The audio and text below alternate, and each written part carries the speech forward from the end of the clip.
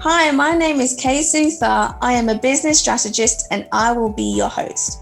In this podcast, I'll be getting raw, real, and relentless whilst interviewing successful entrepreneurs from all over the world who specialize in different aspects of business. We'll cover the 5 main pillars of business, which are sales, marketing, finance, operations, and leadership, but not forgetting mindset, live and digital events, plus much, much more. You will gain insights, tips and tricks, and discover jaw-dropping actionable steps that you will be able to put in place for your business right away. Oh my God, guys, I have an exciting guest for you today. He has been sought after by multi-7-figure companies as they go to for filling rooms with the right people. He has created returns as high as 3,221% and has mentored with some of the biggest direct response marketers of all time, including Frank Kern, Dean Jackson, and Nicholas Kuzmich. He now helps speakers scale their business at will through his private agency and consultancy so they can invest even more time with their family and loved ones and less time working late hours, figuring out how the hell they're going to fill their rooms. He is here today to share with us why most people can't get Facebook ads to work for them and how to get even better results with a simple shift. Please welcome the amazing Victor Vento, Chief Messenger of Ventobot. Victor, welcome. Thanks, Kay. I appreciate it. Yeah, that was what an honor to be here personally, because I know the way we got connected and whatnot. So I do really appreciate being here and be able to serve everyone and provide them with some action that they can take. Do you know what? I am so glad that you came onto the show. I'm so appreciative for you to be here because I know you've got some crazy things, some, bombs to be showing to our clients today, to our audience today. People are going to be so overwhelmed by all the information you're going to give them. And I had to have you on the show. So thanks for being here today. So what I like to do is I always like to go straight into it because Uncensored Society are, we don't like fluff. We don't like BS. We go straight into the information and give people what they need. So before we really get into the nitty-gritty of everything, I would love for you to tell people a little bit about yourself and what you actually did before stepping in and building your own business. Sure. Yeah. So I've been in business for the last 5 years. 5 years, so almost 6 now. At the end of this year, it'll be 6. So what got me into it in the first place was this whole, I think what gets most people into it, right?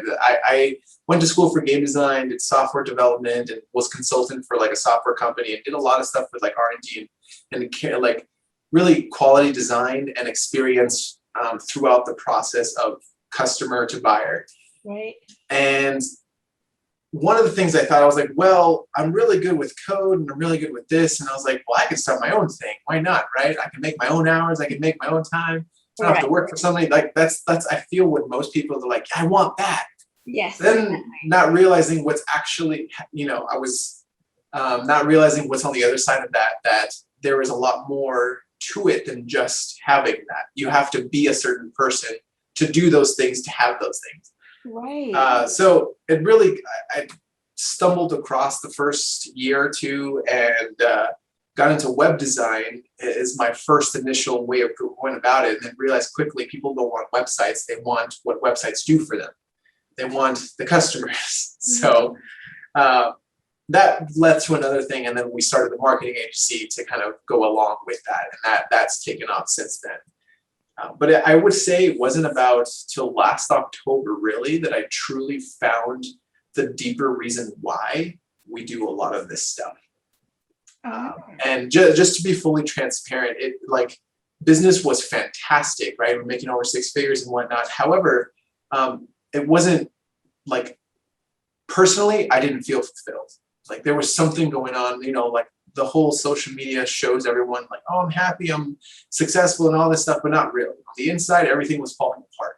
Oh, wow. I got to a point where I actually was contemplating one night at 2 a.m, taking my own life, leaving my kids behind and my family behind. And it was a tough time for me.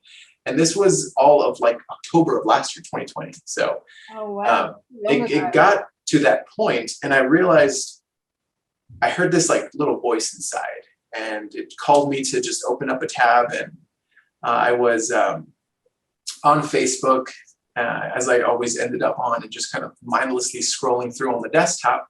And I happened to see an ad, caught my attention. Yeah. And the tagline spoke to me and resonated at the most deepest level I've ever could have felt. And it said, "Escape from hell."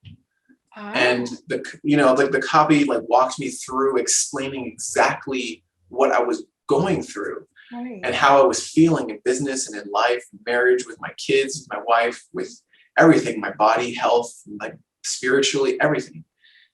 And so I clicked on it, and there was of course, there was this video that I watched, and it offered a program, and I was like, okay, sure, I'm in. I was already bought in by everything so far. Now, at that point, I realized this wasn't like most programs where I'm sure everyone has bought something before, right, where you're kind of like, yeah, this was a different experience.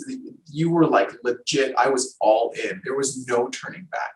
right. That program has forever changed my life. Wow. And like I would say, since then, my life is fantastically surreal.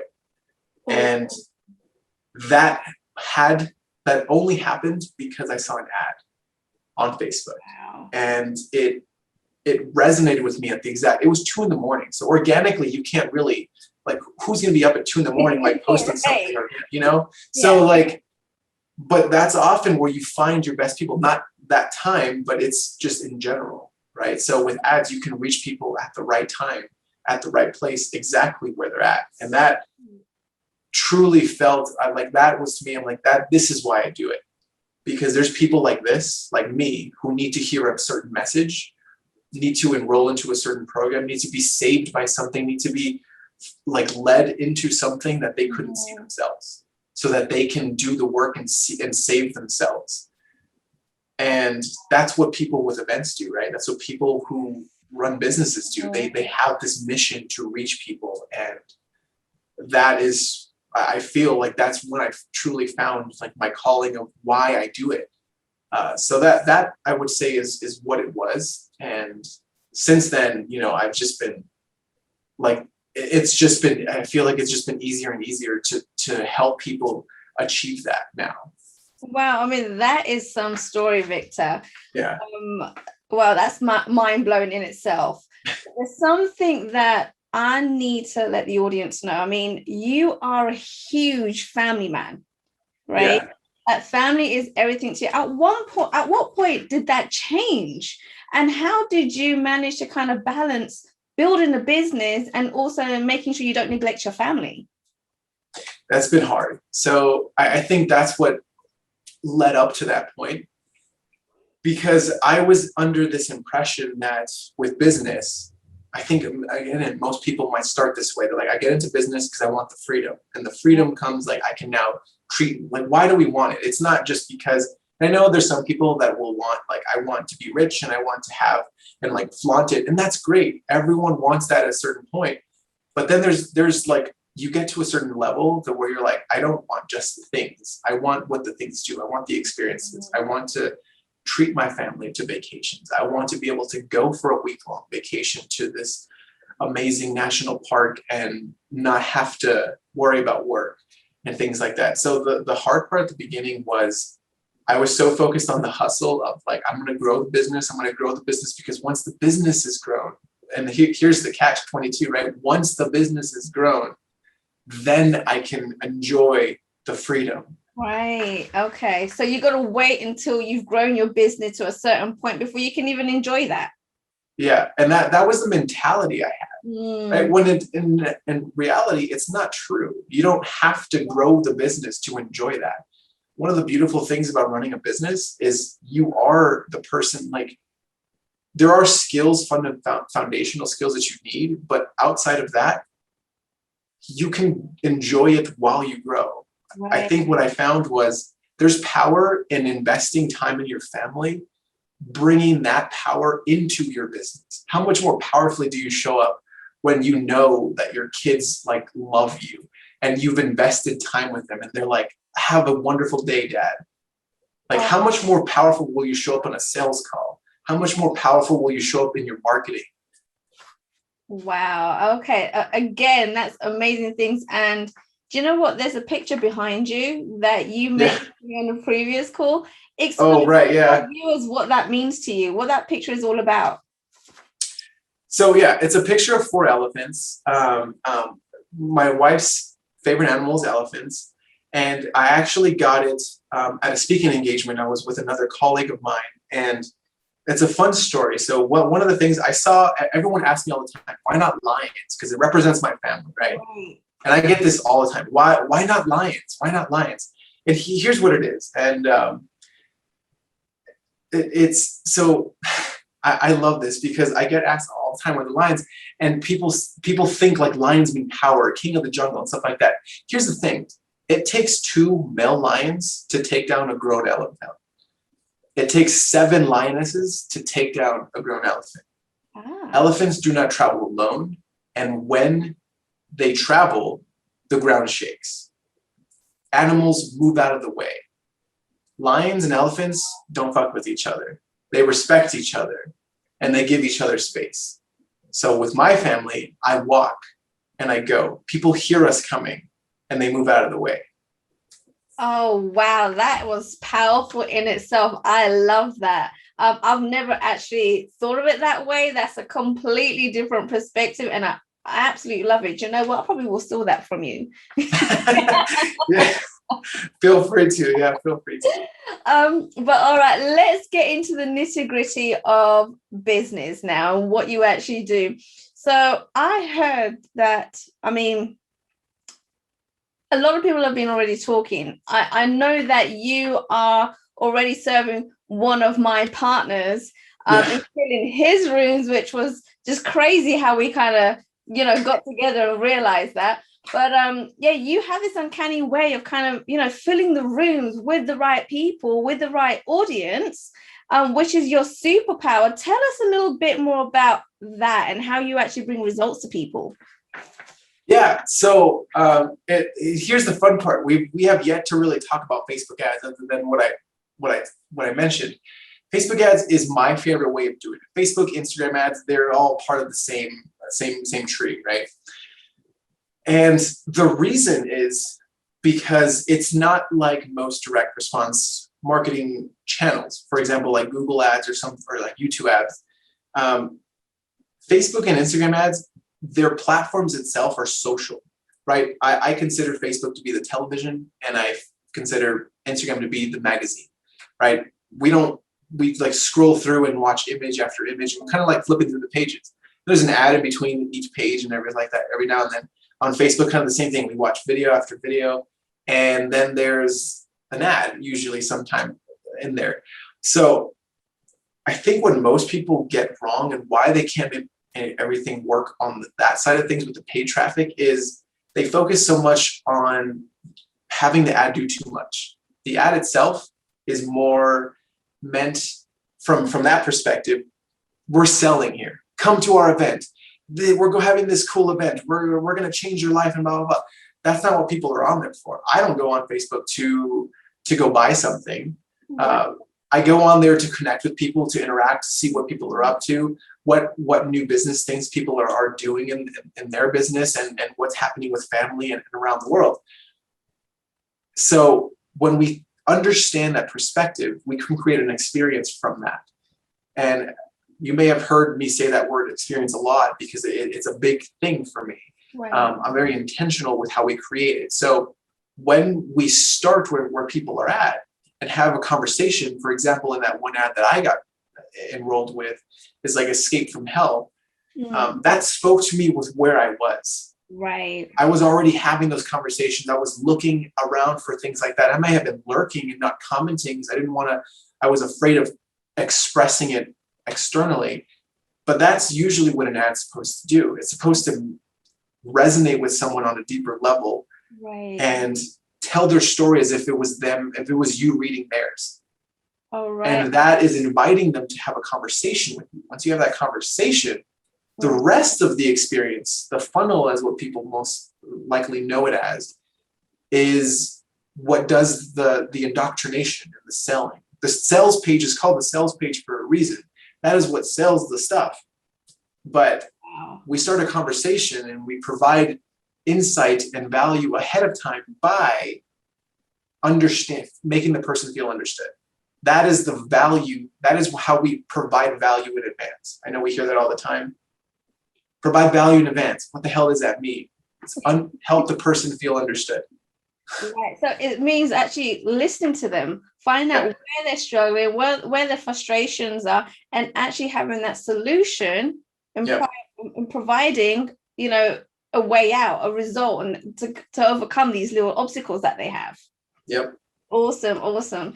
So, Victor, I've got to ask you, and our audience needs to know, what qualifies you as an expert in this field? As a marketer, I say I'm a parent. Parents are the absolute best marketers ever. Like, think about it. You have to get your child to do things they don't want to do.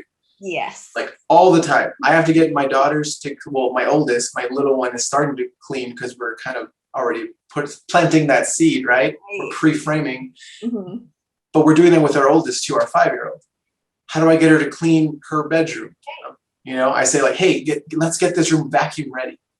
And that she knows that there's an end result. Yes. But she knows what I want too. And she knows how easy it is to get like, oh, okay, I just got to pick up the stuff from the floor.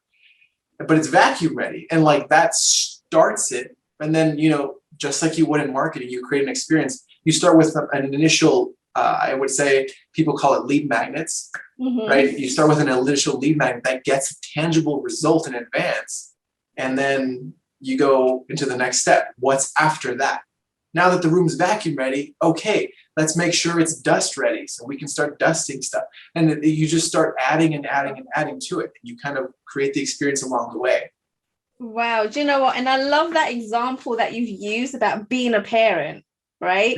Because even if, your understanding of marketing isn't very clear, that makes things very clear. And do you know what? People can start practicing on their kids now. Yeah. Absolutely. You can start getting your practice on and just kind of working out, where you need to make those tweaks and understanding marketing a lot more through parenting. That's amazing. Thanks for that example. A lot of people can take a lot away from that. So to my next question, do you have a principle? You've just given us an example of, parenting, but is there a principle that you can teach the audience today, something that they can relate and even apply immediately? Yeah, absolutely. Okay. So here it is. You first have to know what it is you offer, right? Like, and I think people work at it backwards. They're like, okay, what am I going to offer people so I can get them to get to my bigger offer, whatever my working one-on-one, group coaching event, whatever it is. Yeah. You have to first know the end and understand where you're at right now. So like knowing those two I would say, I want to say pinpoints, but those two targets, those two like flag poles of where you're at, where do you want them to go and where are you at now? That is how you determine your path to get there. And that is how you determine the path to get people to get there. Because once you know those 2 points, you can very easily say, well, people aren't at this starting point yet. So as of right now, let's say if you're just starting out, right. As of right now, if they don't meet this qualification, then I say no to everyone else. It's easier said than done. I get it. Right. But that gives you the ability to stand out over everyone else because you're talking to this person only. And knowing where you're going, now you can create that experience to get there. For example, I wanted my daughter to clean her room. I start with the first step. Where are we at? Messy floor. So vacuum ready, first initial step, right? If she doesn't have a room to begin with, then like she's not my target market. So, right. But that's those two shifts, like understanding their endpoint and where you're at with people. So I've got a question for you on that. You mentioned that you got to make sure that people are at that starting point. But when you're first starting out in business, right? Like you said, it's hard to say no because you want those clients. You need that money coming in. You need to build, right? Yeah. How can you say no at that point? Aren't you going to be losing out in your business by saying no to those people when you're first starting out? I love this question. Thank you for asking that, actually. So, yes, initially you will lose out on some initial revenue. Okay. What you will gain on the back end and what you will gain by saying no, it opens up opportunities for so much more. That first no and learning how to accept a no and learning how to say no and stand in it is going to save you so much money in the long run. Because at the beginning, I'm sure if you're anything like me, you're like, well, I got to be on here. I got to have a podcast. I got to have a book. I got to speak on stages. I got to run ads. I got to do organic. I got to do this. I got to do that. Learning how to say no to a client is so much more powerful when you can transition that also into other things. You can say no to things that don't serve you in life, in business. I don't need a podcast right now. I don't need a book right now. I don't need to speak on that stage right now. I don't need to run organic right now. I don't need to do Clubhouse. I don't need to do YouTube. I don't need to do XYZ, whatever new platform there is, right? So like you can say no to that, focus in on one, and you're going to get so much further ahead than everyone else. But tell me this then, as a marketer, right? It's great to be on all these different platforms. Why would you say no to them? Wouldn't you just want to jump right in and do them all? You want to, yeah. And here's the secret sauce to business that I've learned that people don't like to hear. If you're going to be everywhere, you better have the money for it. Because if you don't, then it's not going to do anything for you. Okay, I see. So you're better off just starting with one platform, building, bringing that money in, and then you can start spreading yourself all over the place. Correct. Right. Okay, I see. Do you have a few success stories that our audience can hear about that, you've helped people through? Yeah, absolutely. So you want to hear about that 3,221% case study? Okay, everyone loves that one. We spent $4.13 on ads and made $22,500. Wait, hold on a second. Hold on. Say that again. You spent how much? $4.13 on ads and made $22,500 on the back end. How the hell do you do that? Oh my goodness. That's why I'm thought off. That doesn't sound real at all. I know it doesn't. And that's the beauty of it. So because it doesn't sound real. And I know I say that as it catches people's attention. Yeah. But everyone's skeptical. Definitely. I'd be skeptical. I hear that, you're like, yeah, BS. Okay, whatever. Here's how it worked. So this particular client, she was running challenges every month. And the way we did it was she had a strong organic strategy already. Right. So what we did was we added fuel to that and made what she had even better. This is why I say we scale with ads at will, because ads are really going to explode what you already have. If you have a crappy experience, you're going to have more crap. If you have a great experience, you're going to have an even better experience, and you're going to be able to scale at will like nothing. Right. Okay. So that is essentially what we did, right? We took what she was doing, we made it even better with ads. We kind of sounded the people that she was already indoctrinating into her world organically, and we exploded that. So she saw an even bigger return. That was month 2. The first month, no, excuse me, that was month 1. Month 2 was a very similar. We spent $7, made it around the same. Oh so we spent a little bit. We spent $3 more, right? But so. But still, it's not as cool as the 21%. Now, that's one case study. Right. Here's one that's more realistic.